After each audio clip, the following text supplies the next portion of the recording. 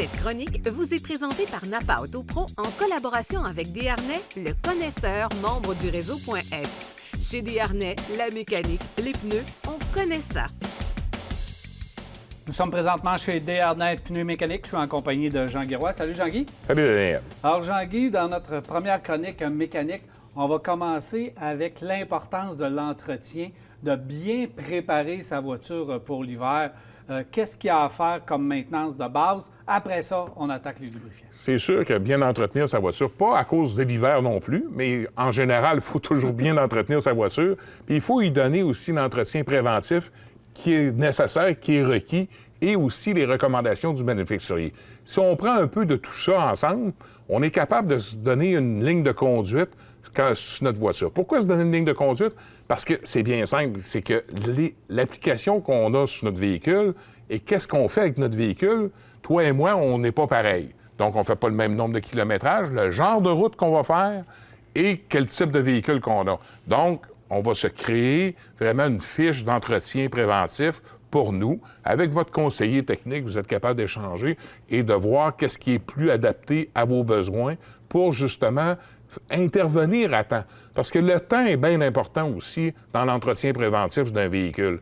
Parce qu'on va prendre les huiles moteurs, exemple.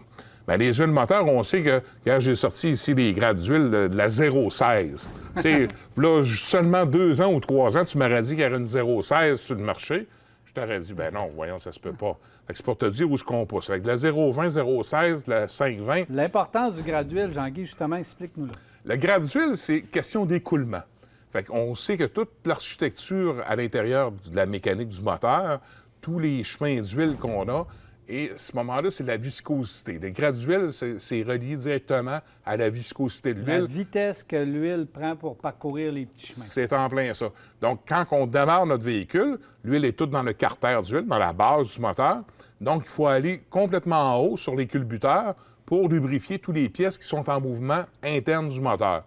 Et c'est avec ça qu'on se trouve à changer les grades d'huile, qu'on a besoin d'un écoulement plus rapide selon l'architecture de chaque moteur. C'est pour ça qu'on va décider de dire, bien, nous, maintenant, nos moteurs, on a besoin d'une 5,20, d'une 0,20, d'une 0,16 pour s'adapter à la lubrification interne. Il faut toujours regarder sur notre moteur, dans notre livret du manufacturier, pour mettre le bon grade d'huile dans notre moteur et ne pas le changer à l'année, ça, maintenant. À l'année, maintenant, c'est ça, exactement. C'est bon de le mentionner, Daniel, parce qu'avant ça, on mettait un grade d'huile plus d'hiver, plus adapté d'hiver, qui était plus liquide, plus bas, et un grade d'huile plus élevé en été, parce qu'on disait il fait chaud, fait qu'il faut que notre huile soit résistante.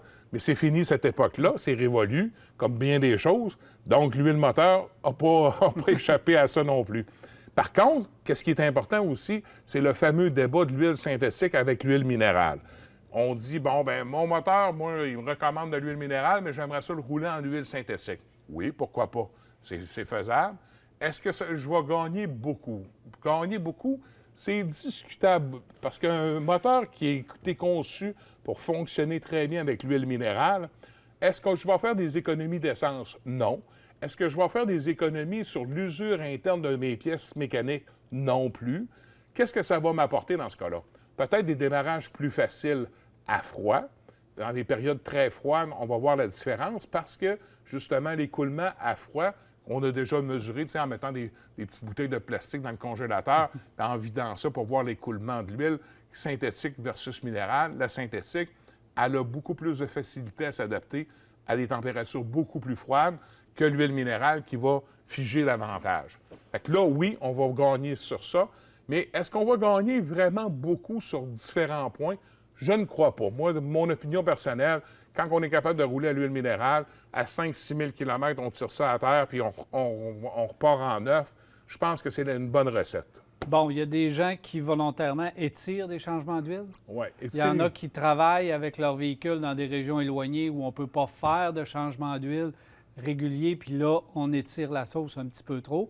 Est-ce qu'à ce moment-là, on peut prendre de la synthétique? On peut prendre de la synthétique. À ce moment-là, oui, ça peut nous aider. Par contre, il faut comprendre une chose, la filtration. Notre filtre ici, lui, là, si on l'étire, notre changement d'huile, comme tu dis, avec l'huile synthétique, la filtration, L'huile qui passe à l'intérieur, qui sort par les parois du filtre à l'huile ici, 8 000, 10 000, 12 000, 15 000 km, à un moment donné, lui, il ne filtrera plus.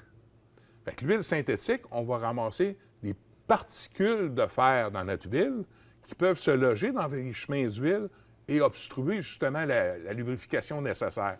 Donc, est-ce qu'on est gagnant? Je ne suis pas sûr. Poser la question, c'est d'y répondre quasiment. Mais, tu sais, c'est ça le danger, le piège.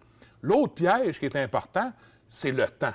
Tu sais, souvent, j'entends cette observation-là du consommateur qui dit « Ouais, mais je n'ai pas roulé, moi, puis ça fait 6 mois, 8 mois, 10 mois, puis on a fait 5 000 km, 6 000 km. » Le facteur temps est aussi important que le kilométrage. Donc, dites-vous qu'après 6 mois maximum, peu importe le kilométrage, votre huile, elle a perdu ses propriétés de départ par l'exposition à l'air et le chaud et le froid. L'autre facteur aussi, on rentre dans une période hivernale, l'autre facteur qui est très important, c'est tout le temps que notre véhicule va avoir viré au ralenti parce qu'on va avoir fait chauffer notre véhicule pour être confortable dans l'habitacle. Hein, le démarreur à distance, ou bien on part du bureau, on va chercher les enfants à l'école, on reste dans la voiture, puis la chaufferette, il faut qu'elle soit au maximum pour qu'on soit confortable. Mais tout ça, le moteur vire pendant ce temps-là. Là. Fait qu'on n'a pas de kilométrage qui s'additionne. Fait qu'il faut tenir compte de ça aussi également. C'est un autre facteur. Puis, au ralenti, on sait très bien qu'un moteur qui vire au ralenti, si elle n'a pas le bon graduel au départ, là, à ce moment-là, ça va jouer un rôle déterminant sur la longueur et la vie du moteur à la longue. Un mot rapidement sur les manufacturiers qui recommandent des changements d'huile aux 16 000 km, aux 18 000 km. Aux 30 000 km. Aux 30 000 km dans le cas de certains véhicules commerciaux. Oui. Alors, qu'est-ce qu'on fait?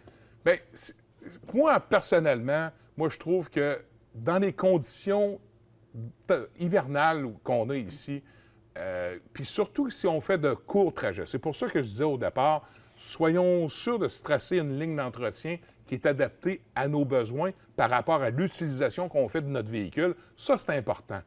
Et si je fais de courtes distances et que mon moteur ne se réchauffe pas comme il faut, c'est encore pire. Parce que là, c'est dommageable parce que la condensation, la pire condensation qui peut exister à l'huile moteur, c'est la condensation qui va se faire, qui va se traduire par l'humidité.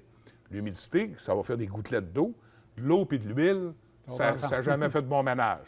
Donc, on a full d'humidité dans notre moteur et à ce moment-là, l'huile vient contaminer dans le temps de le dire. Fait que c'est important d'y voir. Fait que, qu'est-ce qu'on fait avec notre véhicule? Là, à ce moment-là, ça va nous donner une réponse. Qu'est-ce qu'on doit faire comme intervention et d'entretien préventif sur notre véhicule? La filtration aussi qui va être importante à parler aussi. Ça joue un rôle déterminant. Au cours des prochaines semaines. Plaisir. Merci, Jean-Guy.